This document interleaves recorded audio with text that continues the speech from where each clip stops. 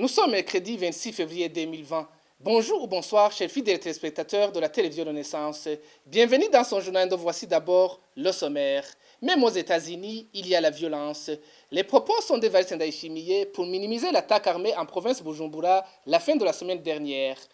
Attaque qui a coûté la vie à 22 personnes. La commune de Mubimbi refuse à une famille d'intérêt indécien. Il s'agit d'un responsable du parti CNL mort suite à des tortures subies dans le cachot de cette commune. Une attitude inadmissible selon le FOCODE. La CVR fait juste le contraire de la mission qui lui était assignée par l'accord d'Arusha. Ses actions sont plus divisionnistes que réconciliatrices. C'est l'observation de Mme Marie-Louise Barichako, présidente du mouvement de filles et femmes pour la paix et la sécurité au Burundi. Vous la suivrez dans ce journal. Les détails dans un instant.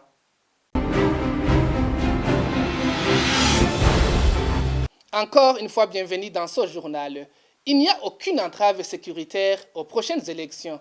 L'attaque perpétrée par des bandes armées dans la province de Bujumbura ne signifie pas qu'il s'agit de mouvements rebelles. C'est le démenti d'Evariste Ndayishimiye qui tranquillise que ce n'est pas inquiétant même s'il y a des bandes armées.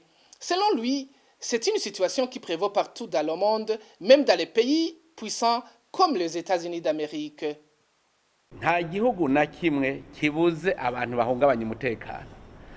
Il n'y a aucun pays qui on ne peut y avoir des malfaiteurs. Certains pensent que dans les États-Unis d'Amérique, se disent qu'ils sont les seuls à pouvoir assurer la sécurité, que ce soit à l'intérieur du pays. Mais on entend souvent des terroristes qui massacrent les gens, après avoir attaqué soit un établissement. Les criminels existent, les voleurs existent. Il suffit tout simplement que la population reste vigilante, ainsi que les services de sécurité, pour empêcher effectivement ces malfaiteurs de commettre des dégâts. Il n'y a pas d'autre moyen pour les identifier, puisqu'ils n'ont pas d'uniforme. Ils sont qualifiés malfaiteurs lorsqu'ils commettent un crime. Que personne ne dise que ce sont des rebelles, on les tranquillise. D'habitude, les élections se font une seule journée. Dans la vie de notre pays, on ne permettra jamais les malfaiteurs de déstabiliser notre pays et qui tuent notre population. On a parlé qu'il s'agit des groupes rebelles, mais de ma part, je dirais non, ils ne le sont pas. Ils ne sont que des malfaiteurs. Il faut que vous sachiez que le Burundi n'est pas un paradis. Il est comme d'autres pays où il y a des criminels, tout comme il y a des bienfaiteurs. Ce qui est plus important, c'est de s'unir afin de conjuguer les efforts pour combattre ces malfaiteurs. En ce qui concerne le processus électoral, il n'y a aucune preuve qui montre que les élections pourraient être endommagées. Voyons comment le gouvernement et la Commission électorale nationale indépendante CENI organisent les élections en collaboration avec les partis politiques. Il se remarque que les élections seront crédibles, plus que même les élections des années antérieures.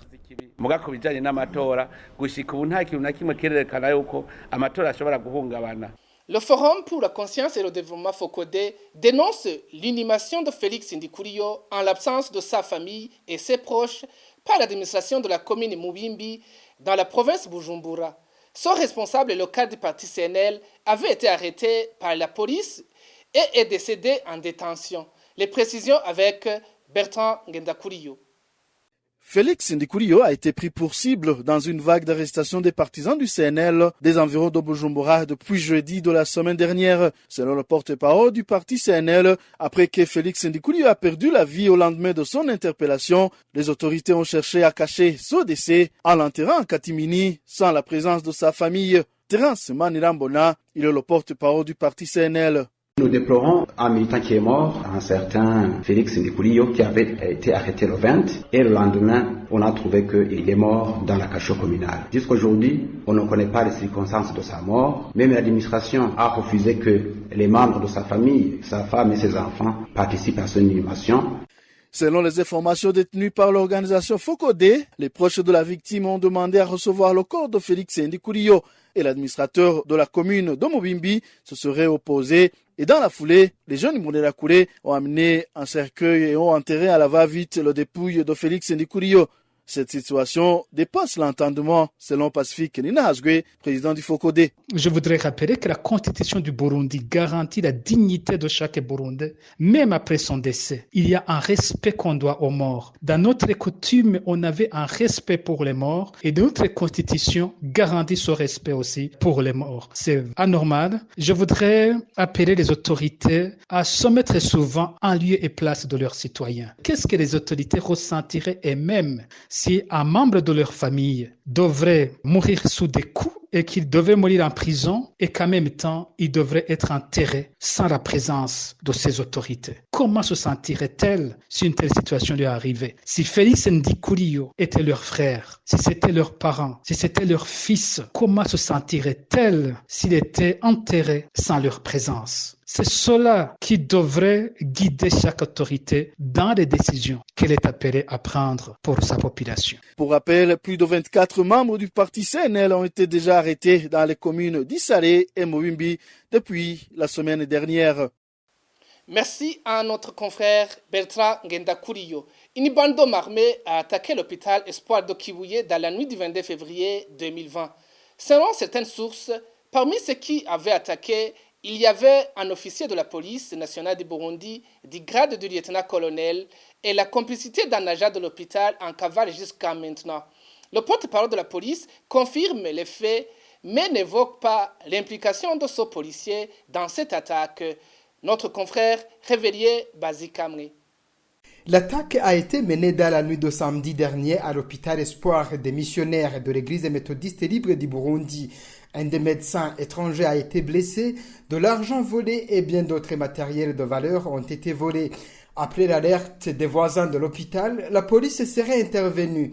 Il y a eu échange de balles entre cette bande et les éléments de la police. Au cours de ces échanges, un de la bande a été tué et c'était un officier de la police du Burundi, OPC2 Richard, ancien combattant du mouvement FNL. Un autre a été capturé. L'attaque cacherait beaucoup de choses, même si la police l'a décrit de sa façon. Ils ont même blessé un des médecins, un étranger d'ailleurs, qui preste à cet hôpital. Et la police a été immédiatement alertée et est intervenue, parvenant à saisir l'un des véhicules, le même véhicule qui avait été utilisé dans l'autre forfait. Et l'un des criminels à bord a succombé sur le champ, tandis qu'un autre a été appréhendé.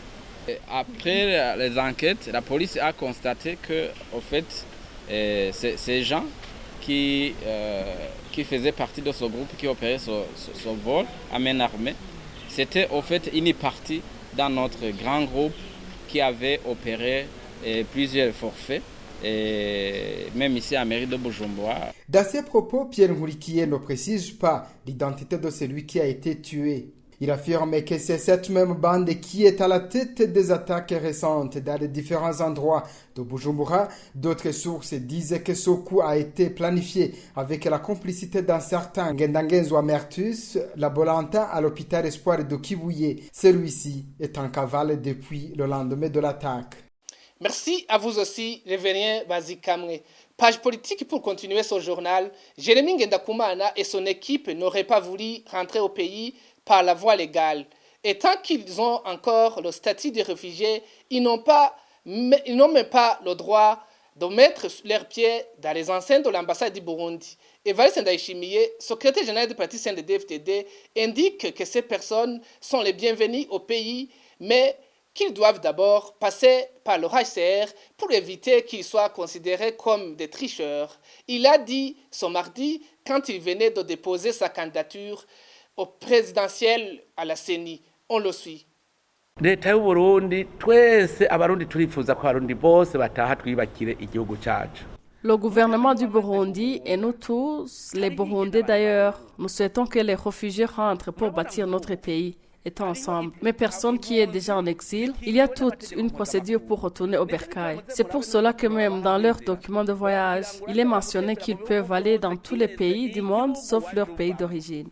Ça relève du droit international. Il suppose que si tu retournes au pays, tu ne feras que du mal, étant donné que tu as pris ton pays comme un ennemi. Un réfugié qui considère qu'il est temps de rentrer doit passer d'abord par le HCR qui assure sa protection. La première réaction du HCR est de récupérer ses documents puis de remettre l'intéressé dans les mains du gouvernement pour que ce dernier lui donne un document de voyage. Celui qui passe outre cette procédure est un tricheur, c'est-à-dire qu'il veut faire semblant de retourner au pays et en même garder le statut du HCR. Par exemple, si demain il apprend que HCR est en train de distribuer des vivres dans un camp de réfugiés, il peut aller prendre sa part et revenir au pays. Au fait, c'est un voleur. Il y a des gens spécialistes dans le vol par ruse et astuce. Pourquoi il y a ceux qui n'ont pas pu arriver au pays? Ils n'ont pas eu de documents de voyage. Le HCR n'a pas demandé ces documents au gouvernement du Burundi et en même temps, il les interdit de se rendre au Burundi. C'est-à-dire qu'ils n'ont même accès à l'ambassade du Burundi. Étant donné que c'est interdit,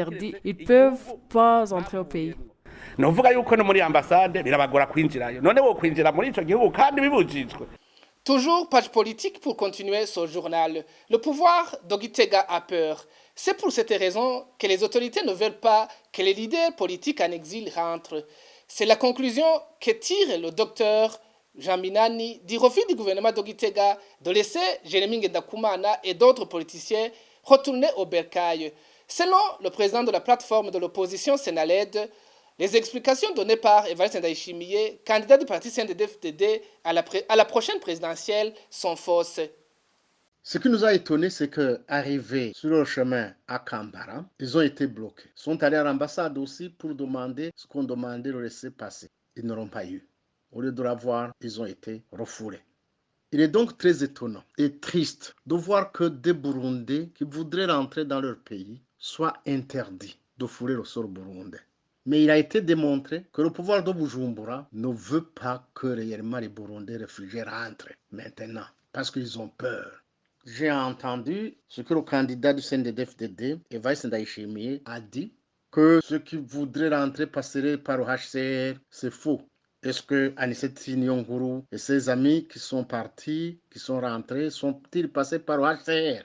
Non, la raison est autre de leur refoulement. La raison est autre, c'est que le CNDD-FDD a peur. Il a peur qu'il soit émietté si, entre guillemets, les frondeurs, ces frondeurs rentraient aujourd'hui. Ils ont eu peur d'être battus aux élections. Ils ont donc cru que si M. Jérémy Ngendakumana et ses amis rentraient, le CNDD va se scinder en plusieurs morceaux. Il y aurait encore beaucoup de frondeurs qui le suivraient. Et donc, qui vont perdre les élections comme ça. C'est la seule raison qui les a poussés à cela. Parce que M. Evariste Ndayishimiye, qui a été réfugié, et beaucoup d'autres de ses camarades, lorsqu'ils sont rentrés, sont-ils passés par le HCR? On passe uniquement par le HCR lorsque on a besoin du HCR pour que le HCR intervienne dans la recherche du ticket de transport donc et dans l'installation de ces rapatriés. Sinon, dès que vous arrivez au Burundi, vous perdez automatiquement vos droits de réfugié immédiatement. C'est automatique. Au Burundi, il y a le HCR où on pourrait rendre même les papiers du HCR. Donc, ce qu'il a dit est totalement faux. Page justice de ce journal. Les 4 reporters du groupe de presse Iwachu totalisent aujourd'hui 28 jours d'incarcération. Ils ont été condamnés le 30 janvier à 2 ans et demi de prison et à une amende d'1 million chacun par le tribunal de grande instance de Bubanza. Le siège était constitué par Parfait Muvunyi, président, Ihuitonze Eric et Kaneza Clarisse, en même temps la présidente de la grande instance de Bubanza. Le substitut du procureur à Bubanza, Nhamikebyo Jean-Marie Vianney, leur avait requis une peine d'emprisonnement de 15 ans. Pour rappel, ils ont été arrêtés le 22 octobre dernier à Bubanza. Ils se rendaient en commune de Musigati pour un reportage sur les affrontements qui opposaient les rebelles et les forces de l'ordre. Christine Kamikazi, Agnès Ndirubusa, Terence Mozenzi et Egide Harerimana sont accusés de tentative d'atteinte à la sûreté intérieure de l'État.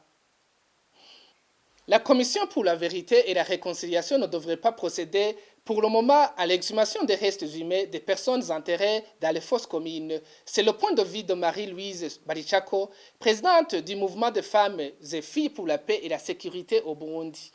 Pour elle, ce travail devrait se faire une fois le pays stable. Par cette opération, la sévère risque de réveiller les vieux démons de l'ethnisme au Burundi. Je ne pense pas que cette pratique de la CVR soit de nature à nous amener vers l'objectif qu'on avait assigné à cette commission Vérité et Réconciliation. C'est une commission dont la mission principale était d'aider les Burundais à mettre de la lumière sur les différentes crises que le pays a traversées à des moments différents de son histoire pour pouvoir amener les Burundais à se réconcilier. Ce qui est en train de se passer aujourd'hui est déconcertant. C'est déconcertant et c'est vraiment inopportun. Et ça se passe d'une manière qui fait qu'on se pose beaucoup de questions. On se demande quel est l'objectif qu'ont ces personnes responsables de la CVR. La personne qui est en train d'organiser cette action, quel est son objectif? En ce moment où nous allons aux élections, en connaissant très bien la fièvre électorale et ses effets sur les Burundais dans son histoire, pourquoi fait-il cela aujourd'hui? L'esprit et la lettre de la mission de la CVR est en train d'être trahi par l'action qu'elle est en train de mener aujourd'hui. Premièrement, ce n'était pas le moment de faire ça. Nous sommes dans l'instabilité aujourd'hui. Nous sommes en train d'organiser des élections pendant que la situation de la crise n'est pas encore résolue. Tout d'un coup, la CVR, qui est là pour faire de la lumière sur toutes les crises qu'a traversé le pays, elle vient avec la crise de 72. Ce n'est ni la première ni la dernière, mais elle commence par 72. Pourquoi commence-t-elle par 72? Pourquoi 72? Pourquoi pas 65? Pourquoi pas 93? Cela ne peut que renforcer la haine ethnique et tout ce qui peut s'en suivre. Nous poursuivons toujours ce journal avec Marie-Louise Barichako, pour qui les élections qui sont en train d'être organisées au Burundi ne peuvent pas ramener la paix dans le pays. Elle estime que le gouvernement devrait d'abord créer un climat favorable à une compétition électorale crédible et au retour des réfugiés.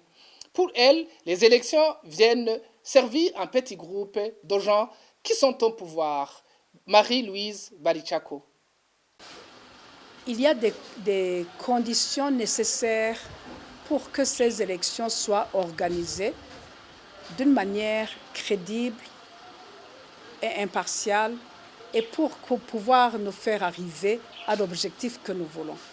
Ce que nous avons toujours dit, que nous avons dit aussi au moment des dialogues, des consultations et de tout ça, et que nous disons tout le temps dans notre plaidoyer, les élections ne peuvent pas être organisées au moment où ces conditions ne sont pas en place. Ces conditions sont la sécurité pour tous, la liberté d'aller et de venir, le retour des réfugiés, le retour des acteurs politiques, la justice pour tous. Il y a plein d'autres choses qui doivent être mises en place pour que nous puissions organiser des élections qui vont nous conduire là où nous voulons aller.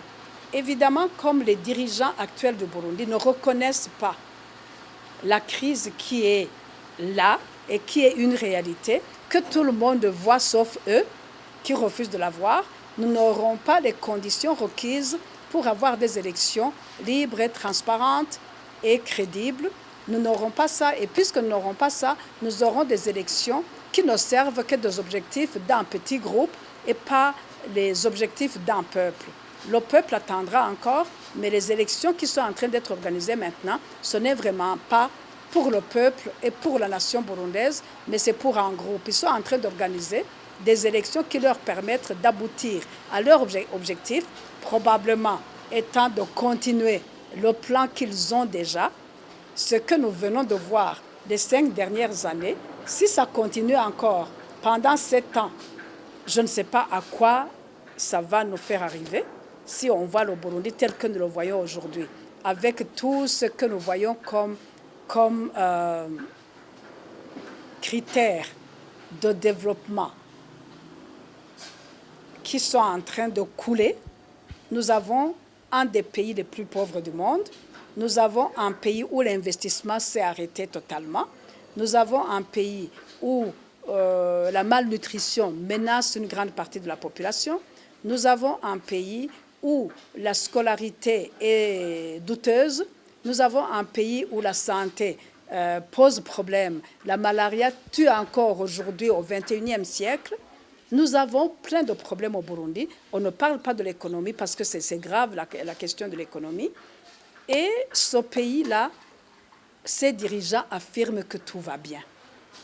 Nous n'allons pas résoudre un problème que nous ne reconnaissons pas. Nous n'allons pas résoudre un problème que tout le monde voit, sauf nous. Donc, les élections qui sont en train d'être organisées, ce n'est pas pour les Burundais, ce n'est pas pour le Burundi, mais c'est pour un groupe de personnes qui ont d'autres intérêts différents du bien-être et du développement du Burundi. C'est par ici que nous mettons un point final à cette édition en langue française. Merci à l'équipe de production. Merci aussi à vous qui nous avez suivis. Au revoir.